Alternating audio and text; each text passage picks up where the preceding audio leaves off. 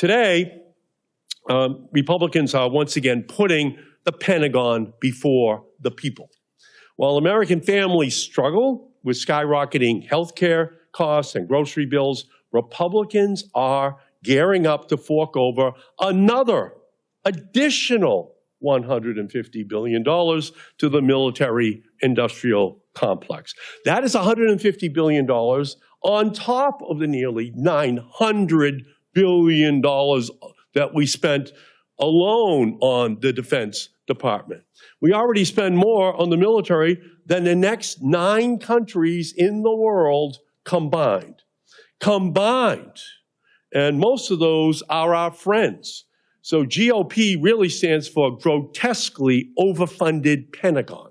And that is what we're here today to talk about. But what if we turn that formula upside down? What else could we do with that additional $150 billion instead of funding more nuclear bombs and redundant weapon systems?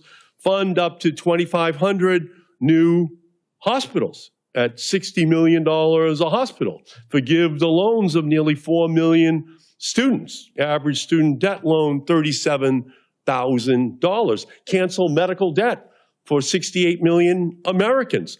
Build 650,000 new affordable housing units. Build 60,000 new wind turbines so we don't have to pollute the atmosphere with greenhouse gases. Provide 37 million meals to kids in school every day for a year. Fund universal pre-K for the next decade. So we need to fund education, not annihilation. Medicaid and not missiles. That's why we're here. We're here so we can fight to get this balance correct in the United States. It's time for Republicans to understand the reality that national security also means health and housing and financial security. But no, the Republicans and Donald Trump want to spend more on a Star Wars missile defense and nuclear arsenal, among many other things. We have seen this Republican playbook before. They claim we must cut spending on education, on health care, like Medicaid and the Affordable Care Act, on housing, on foreign aid, on climate solutions. But when it comes to defense contractors, they open the purse strings, pouring billions of dollars into the pockets of their well-connected friends. It is just absolutely shameful. This bloated Pentagon budget does not make us safer. We don't need more nuclear weapons when we already have more than enough to destroy the world 10 times over.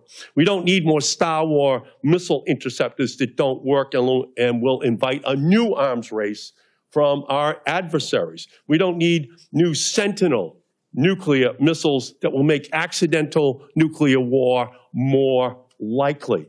Real security means investing in our hospitals, pharmacies, community health centers, which are struggling to keep their doors open. Real security means funding public schools and free school meals so students can learn and that they can grow. Real security means tackling the climate crisis head on, building a clean energy future here at home, and breaking the grip of fossil-fueled companies. When Elon Musk and Doge target USAID, the Environmental Protection Agency, the Department of Education, Medicaid, and the Affordable Care Act, somehow or other, the Pentagon's budget goes completely unexamined. They're going to increase that budget. They're going to have tax breaks for billionaires and for millionaires, and they want to balance the budget at the same time. We know where they want to balance the budget. It's going to be in education and healthcare and environment programs all across our society that provide real security for people in their homes where they live. So it's not just wasteful spending at the Pentagon.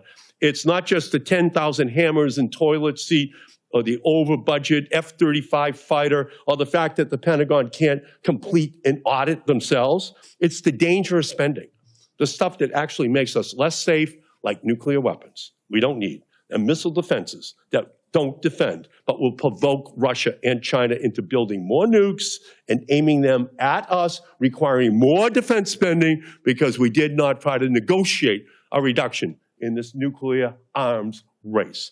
The doomsday that Americans fear in the 21st century isn't being vaporized by a nuclear bomb. It's the doomsday diagnosis of cancer. It's medical debt. It's the housing payment, or the loan payment, or the grocery bill, or the heating bill. So let's finally put the people before the Pentagon, nurseries before nukes, buses before bombs. We thank all of you for being here. We thank you for your leadership on these issues. And finally, from Bridget Moix, General Secretary of the Friends Committee on National Legislation. Bridget. Thank you so much. So the great thing about being the last of a great lineup of speakers is I could just say ditto. But I'm going to say a few words to summarize what we've already been hearing. Thank you, first of all, Senator Markey and all the members of Congress who were here speaking up on this important issue. That courage is what we need right now more than ever. I work with the Friends Committee on National Legislation. We're an 80-plus-year-old Quaker lobby. So we've seen a lot of budget proposals, a lot of budget processes over those 8 decades. But I have to say, I don't know that we have seen such a blatantly immoral, dangerously ineffective, or directly harmful budget proposal for our country as we are seeing in the proposals being put forward by Republican leadership and the administration right now. We have 2 mottos at FCNL: war is not the answer, and love thy neighbor, no exceptions. We think those would make a pretty good moral budget framework. But what we're seeing is the exact opposite. As you heard, the budget reconciliation proposals being put forward would literally take money out of the pockets of the most poor and vulnerable in our communities to give them to the most wealthy, the corporations, and the weapons contractors, fueling endless wars and harming our country. They will directly impact the most vulnerable, and we know that means also brown, black, indigenous communities, people with disabilities, rural communities will be feeling that harm the most. So let's just summarize. Immoral.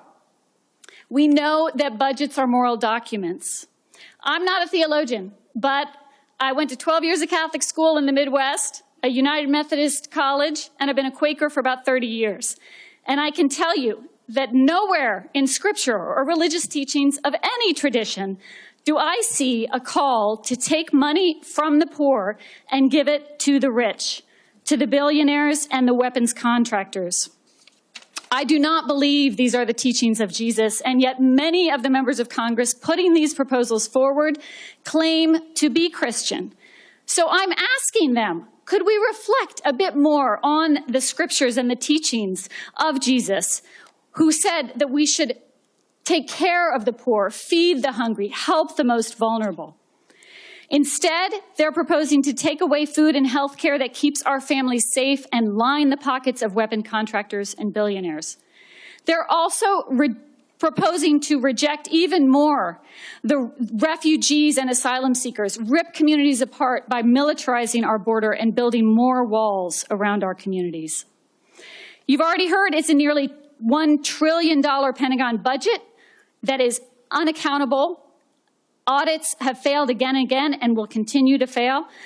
And about half of that budget, so we're talking about half of $1 trillion a year, goes to contractors, not to service members, not to our veterans. It's the weapons manufacturers and the corporate CEOs who are benefiting. It's their priorities over the people's priorities. So we are called to love our neighbors, no exceptions, to feed the hungry and help those in need. But these budget proposals are taking from the poor and giving to the rich, dividing our communities and fueling those 3 evils Martin Luther King taught us about: militarism, racism, and economic injustice. We need to reject these proposals because they are immoral and unjust. And guess what? They're also ineffective, and they're bad policies. You've already heard it. You know it. War is not working. Militarism does not make our world safer. The military budget's been growing every year, but our world is now experiencing more violent conflicts than we've seen since World War II. It's just not working. And despite the fact that the Pentagon cannot pass the audit, Some members of Congress want to keep giving it money. You've heard about this. President Trump says they're going to investigate, but what will they really do? Mass deportations, militarizing our immigration system, and further rounding up asylum seekers is not going to address the challenges our country and world faces. These are not effective policies. What they will do is rip apart our communities, undermine our economy, and stoke more fear and division. These are ineffective programs, ineffective and taking money from 70 million people who have health care through Medicaid. That's 2 in every 5 births in this country. 40 million people who rely on SNAP to buy affordable groceries and put food on the table for their kids. The people's priorities are clear. We want housing, we want quality and affordable health care. We all want living wages. But these proposals are taking money away from those needs and giving them to the Pentagon and the billionaires. Finally, we know that these proposals will directly harm our families and communities. Poverty and economic hardship disproportionately affect those most vulnerable, and they will feel the brunt of these proposals.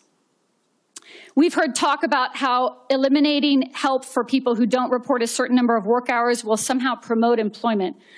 But these work requirements will only kick more people off the assistance and support that they need to get their lives up and running. The majority of the public does not support the proposals that are being put forward. And we need to support these members of Congress and many others who will be standing up to reject them. We know from experience that runaway military spending leads to runaway wars, endless wars that have taken the lives of too many soldiers and civilians and left our country entangled for years in crises that do not have military solutions. These proposals are immoral, ineffective, and harmful for our country and communities. So I want to thank you all for being here. I want to thank these members of Congress for standing up for what is right, what is just, what is effective, and what will make our country and our communities safer and more prosperous. Thank you.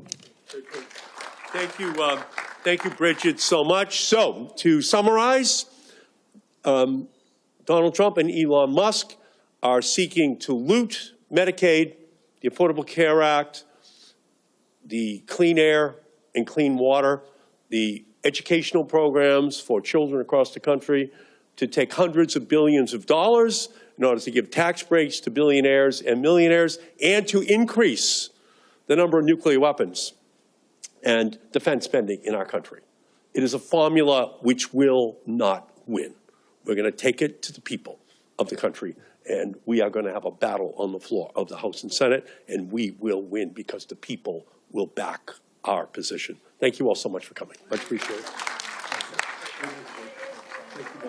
Thank you. Thank you.